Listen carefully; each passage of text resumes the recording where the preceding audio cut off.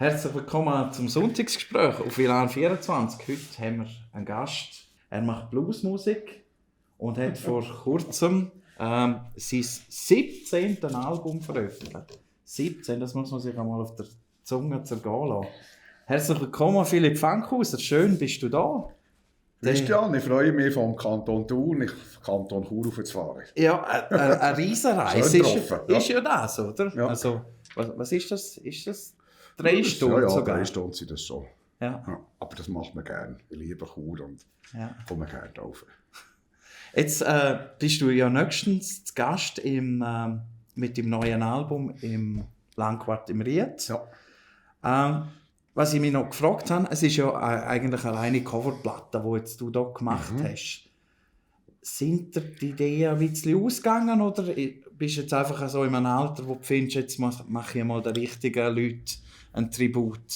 Ja, ich glaube, es hat mit allem ein bisschen zu tun. Also einerseits hat es damit zu tun, dass einfach die Corona-Zeit hat mich einfach so gelähmt und schockiert, dass ich auch nicht habe, wie viele andere auch nicht habe, sehr kreativ können jetzt irgendwie sagen, jetzt habe ich Zeit oder jetzt schreibe ich Songs. Und weil das ist einfach ein Song schreiben, das wissen die Schreiberlinge und also Schriftsteller und Musiker.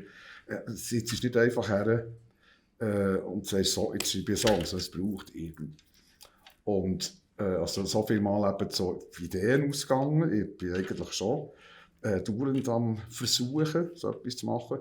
Das Zweite war, dass der Johnny Copen, der für mich so wichtig war, der ist vor 1997, also vor 25 Jahren, dann, wo wir das jetzt aufgenommen haben, leider viel zu früh gestorben. Er wäre jetzt 85 geworden.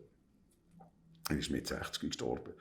Und das Dritte, also eben, so weißt, als Tributmoment finde ich gut. Ich muss ja nicht warten, bis es 50 Jahre her ist und ich irgendwie 152 oder. Und das Dritte ist natürlich, weißt, Covers ist in dem Sinn, ja, das stimmt schon, aber das ist so 99% kennt die niemand. Also das Cover ist für mich etwas, wo du kennst und jetzt kommt jemand und macht eine neue Version. Ja. Das ist so ein Cover. Du machst jetzt also, nicht so Billie Eilish-Song nehmen und eine Bluesnummer daraus machen. Also das ist wirklich das ist so mehr so ein bisschen die versteckten Perlen wieder mal ein bisschen ans Tageslicht bringen und der eine oder andere, der eine oder die andere sagt, oh, mal hören, wie das Original tönt. Das finde ich noch so schöne Gutes tun und darüber reden. Ja, aber grundsätzlich hast du recht viel in deinem Repertoire so Tributsongs oder irgendwie neue Interpretationen. Wir haben vor ein paar Jahren ja mal geredet. Dort hast du gesagt, Members Only sei für dich so ein mega wichtiger Song. Mhm. Und dann habe ich jetzt, heute gerade noch vor dem Interview schnell gegoogelt, das ist ja gar nicht von dir. Nee. Oder? Also, selbstverständlich nicht. Ja, so. Aber ist es nicht so ein bisschen für dich schwierig, so ein gutes Gleichgewicht zu finden zwischen den eigenen Nummern und denen, wo du einfach so gut findest, dass das auch ins Repertoire gehören? Ich glaube, genau das habe ich eben. Also, weißt, im Sinne von, ich habe nie den Anspruch gehabt, einfach zu sagen, ich bin ein Songwriter. Ich bin, als erstes bin ich Sänger, als zweites bin ich Gitarrist und als drittes schreibe ich die Songs, wo ich das Gefühl habe, das passt zu mir. Und wenn ich halt mal 3 Jahre schreibe ich kennen. Es gibt da draussen so viele gute Songs, die es verdient haben, oder nicht nur verdient haben, die auch so geschrieben sind, wie ich ihn hätte geschrieben, wenn ich ihn geschrieben hätte. Weißt du, was ich meine? Also ich kann mich so mit einem Song identifizieren, wie eben Members Only oder wie Try My Love ist auch nicht mein Song, das ist Dennis Walker sein Song. Dass es für mich eigentlich keine Rolle spielt. Also, weißt, ich singe ja nicht Born to be Wild und Mustang Sally und wie sie alle heißen. Rockin' in a Free World. Ja, aber nein, das ist sollen sich andere langweilen damit. Ja. Aber ich habe ein gutes Händchen, Songs zu finden oder hören Songs, wo ich sage, oh, aha. Und mein Members Only hat, bevor ich das vor mittlerweile fast 30 Jahren habe ins Schweizer Radio und auf die Schweizer Bühne gebracht, das hat kein Mensch kennt. Und das Members Only ist in den Südstaaten von USA so bekannt wie Polo Hofer sein Alpenrose. Ja. Aber einfach nur dort. Auch schon in den Nordstaaten kennt man es nicht. Also das ist noch so, finde ich, etwas Lässiges. Da bist du auch ein bisschen so ein Botschafter für Bluesmusik eigentlich. Ja, ich würde mich natürlich gerne so Ja. sehen, ja, aber das ist wahrscheinlich, das wäre gerade ein bisschen anmassend. Aber es kann schon sein, also die eine oder andere Person hat auch gesagt, es gibt ein Blues-Festival, weil ich damals die mal gehört habe, oder ich habe eine Bluesband gegründet. Also, vielleicht ist es ein bisschen so, aber es hat ja von mir, hat's ja, weißt du, das auch noch, hat ja die andere gegeben, also es hat natürlich der Clanet, weißt du, wo grossen Einfluss hatte. Und es hat also schon ein paar gegeben, die natürlich die Schweizer Blues-Szene doch ein bisschen begründet haben. Mhm. Hörst denn du heute jetzt auch noch so bewusst Bluesmusik oder irgendwie so neue Bluesmusik? Oder gehst du in irgendwelche Archiv grübeln, bis du findest, mal, das wäre jetzt noch ein Song, wo ich jetzt auch noch finde? Oder hast du es ein bisschen... Ich habe es ein bisschen Also, gehört. kennst du alles, wo so plus minus gut ist? Nein, das glaube ich nicht. Aber ich bin wirklich sehr... also weißt du, ich sage jetzt, wäre jetzt irgendwie eine Band aus Spanien oder eine Band aus, weiss doch jetzt auch nicht, aus Norwegen und da singen die, oh, ich bin so ein armer Baumwollpflöcker, und hat eine Sonnenbrille, dann stelle ich wieder ab. Also ich bin dort relativ... Es interessiert mich nicht, wie jemand kann Schnurrgeige spielen oder kann Solo spielen, Gitarre, sondern ich will als Sänger, interessiert mich Geschichte. Was erzählst du mir? Weißt, was kann mich bewegen? Und stimmt die Geschichte? Also, wenn du wahrscheinlich in Oslo wohnst, bist du wahrscheinlich kein Baumwollpflücker. Oder die stimmt, das geht wie nicht auf.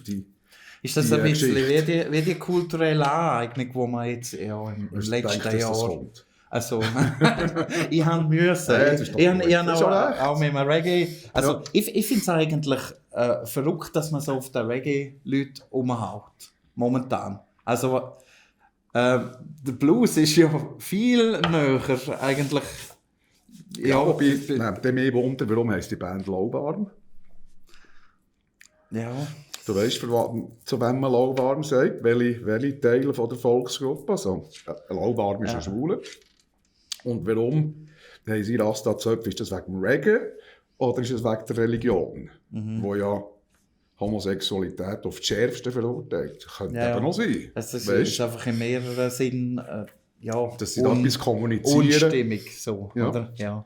Also Laubarm und wie heisst Religion? Ich bin eben nicht so Religion. Rastafari, das ist ein ganz üble Tribe. Und vielleicht ist das die Message, ich weiß es nicht. Ja. Also hast du immer geachtet, wenn jetzt so einen Song adaptiert hast, dass er auch rein theoretisch auf dein Leben könnte stimmen? Ja, also mehr als rein theoretisch. Ich habe jahrelang, jetzt auf diesem Album nicht, aber ich habe jahrelang als Homosexueller keine Skis, also keine Girls, und habe ich nicht besungen, sondern ich habe das mit «Hi» oder mit der dritten Person irgendwie gelöst. Und einfach keine Themen, die oder quasi über mein hartes Leben in den Südstaaten von USA. Das harte Leben in Thun. Am See. Also, eben. Und jetzt auf diesem Album ist ein Song drauf, der heisst «Love Prayer». Und das ist also der erste Song, wo mir nicht ganz gemütlich war, wo man auf das Album hat, weil ich besinge eben genau das jetzt, die Mühe und die wirklich grauenhafte Situation für einen jungen Johnny Copeland, 2, 3, 4, 25, mit einer Frau und Kind, der versucht, in den Südstaaten ein gutes Leben zu führen, ein guter Mann zu sein, nichts Schräges zu machen, ihm aber als Schwarze in dieser Zeit einfach andauernd einfach, wie sagt man dem, Steinweg gerührt werden. Und wie er da darauf reagiert mit dem Song, das ist fantastisch. Und es ist eigentlich nicht an mir, den zu singen. Das habe ich ja deklariert, das habe ich ja in einem Vorwörtchen geschrieben. Ich wollte einfach, dass die Leute die Geschichte mitbekommen und das kann man mal überlegen, wie heftig das so war für so jemanden in dieser Zeit. Aber dann ist ja eigentlich, dann gehst du wie in die Rolle wie ein Schauspieler im Prinzip, oder? Im Prinzip ja, jetzt das, in dem so, ja. Also aber ich finde jetzt das im Prinzip gar nicht so schlimm, oder? Also es gibt viel Musik da draussen, wo ich denke, wow, das nehme ich dir jetzt so nicht ab. Ja. Oder? Aber, Ja, aber hast du da schon von Anfang an immer gesagt, ja mal, das muss so sein? Man muss das Authentische hören. Ja, also ich habe natürlich von allem Anfang gehabt, Margie Evans selig. Hat mir einfach schon ein paar sehr, sehr heavy Teachings mitgegeben. Und noch bevor wir die Platte aufnahmen, die erste Blues for the Lady, ist sie in der Schweiz gewesen und ist bei mir gewohnt im Moment. Und ich habe ihr etwas Gitarre und da gibt es einen Song von Willie Dixon, der heißt «I'm Ready». Und eine von diesen Zielen ist, oder von diesem Text ist «I'm ready for you and I hope you is ready for me». Und er hat das gesungen und dann schaut sie mich an und sagt «Are you a nigger boy?» Und er hat gesagt, was ist das Problem? Dann sagt sie, weißt du, dass «you» ist falsch ist? Dann sage ich, ja, natürlich. Ja, warum singst du das wie jemand, der das nicht weiss, weil er nicht die Chance hatte, die du hast? Du hast in die Schule können, er nicht. Ja. Wie kannst du dich lächerlich machen als weißer Tuner über einen Schwarzen aus Chicago, indem das du... Und dann kann ich das denken. Nicht einmal böse gemeint, das ist doch einfach eben, nur nicht gesungen, böse gemeint. oder? Der Johnny hat gesagt, almost right is all the way wrong. Also, fast richtig ist total falsch. Und das sind so die Dinge für mich. Das ist, und dort, ich glaube, das hat auch mein Leben sehr geprägt, dass ich einfach immer versuche, dass die Wahrheit... Und dann jemand kommt zu mir und sagt ja, «Walking by Myself» von Gary Moore. Oder «Sweet Home Chicago» von den Blues Brothers. Da bekomme ich Pickel. Weil es ist ungerecht. Es ist Robert Johnson und es ist der Jimmy Rogers, der die Songs haben geschrieben haben. Aber wieder einmal sind die Weißen haben es wieder appropriiert. Elvis Presley, «That's Alright Mama» zum Beispiel, oder? Kann ich gerade sagen, es ist eigentlich dort... Jahrzehntelang hat der Arthur Big Boy Crude Up kein Geld bekommen. Ja. Und wenn du sein Original anhörst, ist 99% Deckung gleich. Ja. Aber jetzt hat Elvis Presley, bless him, wir lieben ihn, hat sämtliche Kredite und wahrscheinlich auch sämtliche Einnahmen. Ja. Und das ist für mich von Anfang an wirklich sehr wichtig gewesen, dass auch die Credits jemand überkommt, der sie auch zu gut hat. Und nicht einfach du, machst mich Giggeri, Polo. Vielleicht nicht. Ja, es war auch so ein bisschen einer, der gerne noch mal so ein bisschen... Ja, ich hatte die Idee gehabt, aber so. Ja. Bist du auch... Ja, ich muss es gleich mal fragen, bist du auch irgendwie als weißer Bluesmusiker am Anfang, bist du nicht öfters einmal blöd da gestanden? So vor dem Publikum oder so? Dauernd. Also es hat mich einfach niemand ernst genommen. Und da komme ich auf den Polo Hofer zurück, wenn wir 1987 bin ich 23, haben wir in Thun am Innenstadtfest gespielt, bei einer Band, damals die Checkerboard Blues Band. Und nachher haben wir irgendwie noch, hinter der Bühne haben wir noch irgendwie, was weiss ich, ein Wurstblättchen, ein Käseblättchen gehabt. Und nachher hat einer so von den bekannten Tontechnikern am Tisch irgendwann gesagt, und er hat mir erzählt, dass sie eben letztens in Bern sind, sie so zusammengehockt an einem Tisch und die haben ausgerufen über den Funkhauser in Thun und so, das sei das allerletzte überhaupt. Und dann hat der Polo Hofer gesagt, «Lass noch mehr Ruhe, das kommt schon gut.» Und das hat mir natürlich dann wahnsinnig, ich habe ihn weder jemals getroffen, noch, ja, kennt. Aber das ist schon, das kann ich mir auch vorstellen, man sagt, oh, jetzt kommt da einer daher, so mit Hösli und Jäckli und singt Blues, das hat eigentlich das Gefühl. Und das kann ich schon nachvollziehen. So wäre ich auch, das Gefühl hätte ich auch, denke ich, dass irgendjemand aus dem Wattland kommt und, weißt, würde ich auch sagen, geh doch da produzieren. Das wär wie wenn ein Bündner auf Berndeutsch irgendwie ein Lied veröffentlichen würde, oder? Nein, das ist völlig überspitzt. Das könnte ja der Bündner gar nicht. Ja, eben, genau. Ja, jetzt hast du vor kurzem ein bisschen eine Umstellung gehabt in deiner Band. Wir haben ja vorher gerade noch schnell darüber geredet. Du hast neu den Flo dabei. Wie läuft's? Der Flo Bauer. Ja, sind ihr gut eingerufen schon? Es läuft sehr gut, weil eben der Marco hat im April letztes Jahr gesagt, nach 30 Jahren für ihn wäre es jetzt so ein bisschen wie gut im Moment. Er tut sehr gerne mit ihm nach wie vor zusammen produzieren. Und, aber einfach so nicht mehr zu viel Bühnenauftritt. Und dann hat man bei einer Lösung, oder bei einer Nachfolgeregelung, sind wir natürlich auf den Flo gekommen, wo er der Marco vor 5 oder 6 Jahren, 5 Jahre, am Basel Blues Festival gehört hat und so begeistert war. Und der Flo ist ja im 18 mit uns. Eigentlich bis zum Corona-Ausbruch war er als Gast dabei gewesen. Vom letzten Album ist er ja auch dabei als Gastmusiker. Hat das Jazzfestival Montreux mit uns gemacht. Und ist ein bisschen reingewachsen in das. ja, hat natürlich so wie, sagen, und hat nachher, weißt du, gerade mal temporär, jetzt im letzten Jahr ein paar Shows gespielt. Und ich habe dort die Frage gestellt im August, ob er fest dabei sein will. Das hat er wollen. Und jetzt ist das fantastisch. Jetzt noch weiter ein Sänger in der Band, und ich zwischendurch mal ein singen kann, wenn ich das mache. Schnell ins Backstage einen Kaffee nehmen. So. Ja, so nicht. Vom Singen, oder? Das natürlich. Aber den Nachwuchs so ein bisschen fördern, das ist schon lässig. Genau, du hast nämlich, was ich weiss, bist auch noch so Mentor von einem jungen Bluesmusiker. Der Lucky. Ja, genau, ja, das ist auch noch so etwas. Ja, man hört von dir immer wieder eine Geschichte, das finde ich noch gut. Ja, ob es mit den Socken ist oder einmal machst du Eistee, dann machst du wieder Kassetten, wo niemand ausmacht. So. Ist dir das auch so ein bisschen ein Anliegen? Oder ergeben sich so Geschichten bei dir einfach?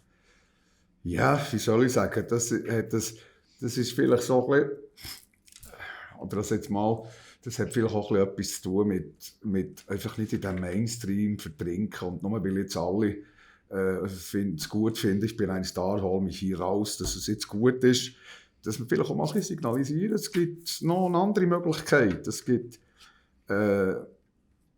ja, wir können zum Beispiel Eistee ohne Zucker trinken, anstatt mit 120 Gramm Zucker pro Liter. Das ist, weißt, und anstatt einfach die Musik so gedankenlos irgendwie neu durchstreamen, kann man halt, das weiss ich, im Ferienhaus noch ein Kassettchen drin tun. Es sind ganz viele Leute, die sagen, das ist fantastisch. Weißt du, alte Opel haben oder alte Alphas und seit 30 Jahren keine Kassetten mehr kaufen können. Weißt du, oder was einfach nur herstellen. So.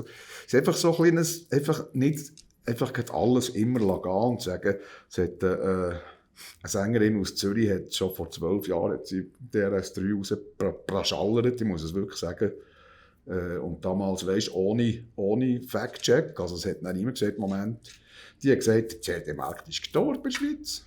Und ich für mich so gedacht, Moment, nur weil du noch nie eine CD verkauft hast, ausser da die Tante und die Onkel. Ist immer auch schwierig, von sich selber auf alle anderen schliessen. Wenn das der Stefan Eicher sagt, oder Zürich West, weißt du so. Dann hat es eine gewisse... Dann hat es eine Value, aber du willst noch nie eine CD, oder? Sie machen jetzt nur noch Files. Und jetzt hat natürlich der geneigte Hörer, der zulässt, denkt, jetzt kann ich mein CD-Gerät fortschießen. Weißt du, das ist so nicht fair. Einfach, dass man die paar 100'000, oder wie viel es da sind, so wie vergisst und sagt, jetzt gibt es nur noch Files. Das dürfte meine Fans nie tun. Sie sagen, jetzt gibt es keine Platte mehr, denke ich, wieso nicht? Was machst jetzt du, wenn jetzt an so eine neue Produktion hergehst? Machst 1000 Schallplatten, 1000 CDs, 1000 Kassetten? Oder? Kassetten sind wir jetzt so vielleicht bei ein paar hundert. Die können, gerade ist in der Schweiz hergestellt, die können mir quasi anrufen und sagen, du, machen wir noch 100. Machen wir so 200, 300 und Schallplatten mache ich gerne 1000 und CDs, das ist vielleicht irgendwie je nach Auflage zwischen 2 und 10'000. Ist bei den Platten immer noch so eine riesige Verzögerung drin, oder? Nein, jetzt dank dem, dass wir, es wird ja schon wieder kommen, aber dank dem, dass wir das jetzt in der Schweiz können herstellen können, wir haben jetzt das Album vorher, Watching from the Safe Side Remastered, ist die erste Platte, die nach fast 20 Jahren wieder ist, komplett in der Schweiz hergestellt wurde. Und der Hersteller ist jetzt an mehrere Maschinen kaufen und das wenn man das jetzt frühzeitig kann, mit ihm, das ist eine Partnerschaft, die seit über 20 Jahren ist, wo man, wenn wir anrufen und sagen, du müssen unbedingt, könntest noch, das ist natürlich nicht das Gleiche, wenn du irgendwo in Tschechien oder in Deutschland mit einer Grossfirma musst produzieren. Da kommen wir jetzt relativ rasch, sind wir dann priorisiert. Du hast immer geschaut, dass es, wenn möglich, in der Schweiz produziert wird. Ja. Ja. Ich Du bist jetzt auf der glücklichen Seite eigentlich, oder? Wenn alle anderen irgendwie Lieferverzögerungen haben. Und ja, so, weißt, ich verstehe, aber begreife nicht, dass eben so Firmen wie Migros, wie sie alle heißen, müssen heimat bemalte Glöckchen verkaufen, die in China gemacht sind. Das ist mir einfach eine Sauerei. Und ich hoffe einfach, dass so viel wie möglich jetzt einfach Lieferschwierigkeiten gibt und Abstürze. Und man sagt, jetzt könnte man doch wieder mal ein Appenzeller Kuhli im Appenzeller machen. Ja, Das wäre ja auch noch schön. Ein Hauch Schadenfreude. Oder? Ja. Nein, aber es ist ja eigentlich richtig, oder? Ja. Meine, Also weißt, wenn ich in Zermatt so ein Fliessjäckchen kaufe, wo Zermatt und Switzerland und alles drauf, und daheim geht nicht das Etikett Made in China drauf, denke ich, pfui. Ja. Oder? Das ist eben genau das Unstimmige, wie du gesagt hast, auch mit der Musik, oder? Ja. Also, es ist eigentlich durch das Band, oder? Wenn du etwas machst, wo nicht stimmig ist, oder? Am Schluss irgendein so ein Haken noch hat, oder? Dann ist es halt einfach ungut. Ja, schon gut, das ist ein gutes Wort. Ja. Aber ich bin froh, machst du immer noch sehr gute Musik und nicht ungute. Danke dir. Was kann man erwarten von dem Konzert im Ried? Ja, 2,5 Stunden, 3 Stunden? Ja, wir werden nein. Bei allem 20. Nein, wir spielen 2 Sets an 50 Minuten. Da hat man aber noch Zugabe, 2. Und wir spielen sicher die Songs auf dem Album. Der Flo singt ebenfalls einen Song. Oder Hendrix hat einen Song, den er singt. Und nachher noch ein paar zusätzliche von Gianni aus dieser Zeit. Und natürlich weiss ich, dass die Mehrheit der Leute gerne «Try My Love» hören und «Members Only» hören. «Members Only», ja. Ich will fragen. Das ist einfach, das ist so wie... eigentlich sollte es einem nerven. Auf der anderen Seite weiss ich, wie ich war, als ich den B.B. King hören wollte. Da wollte ich nicht «Love Me Tender» hören, sondern «3 O'Clock Blues». Bibi hat sich entwickeln und wir wollten, dass er immer das spielt, was wir das letzte Mal schon gehört haben. Das ist einfach so.